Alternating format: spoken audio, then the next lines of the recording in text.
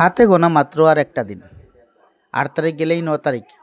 ৯ তারিখ নির্বাচন। সকাল সকাল প্রত্যেকটি ভোট কেন্দ্রে জনতার লাইন। কে জিতবে, কে হারবে রয়েছে জনতা জনার্দনের হাতে। হ্যালো বন্ধুরা, নমস্কার। আমি ওমপ্রকাশ মালাকার। আবার একটি ভিডিও নিয়ে আপনাদের সামনে আসলাম। আসন্ন বিধানসভা নির্বাচন, সমস্ত আসাম রাজ্য জুড়ে নির্বাচন চলছে।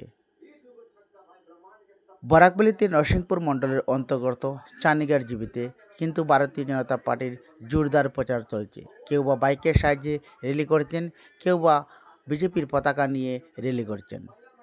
কে জিতবে, কে হারবে, আবারই কি বিজেপি সরকার আসামে গড়বে? আপনাদের মতামত কমেন্ট বক্সে অবশ্যই জানাবেন। নির্বাচন প্রচার কিন্তু ইতিমধ্যে আজকে কিন্তু লাস্ট প্রচার হয়েছে। আরও ৫ বছর পরে কিন্তু হবে আবারও বিধানসভা ইলেকশন।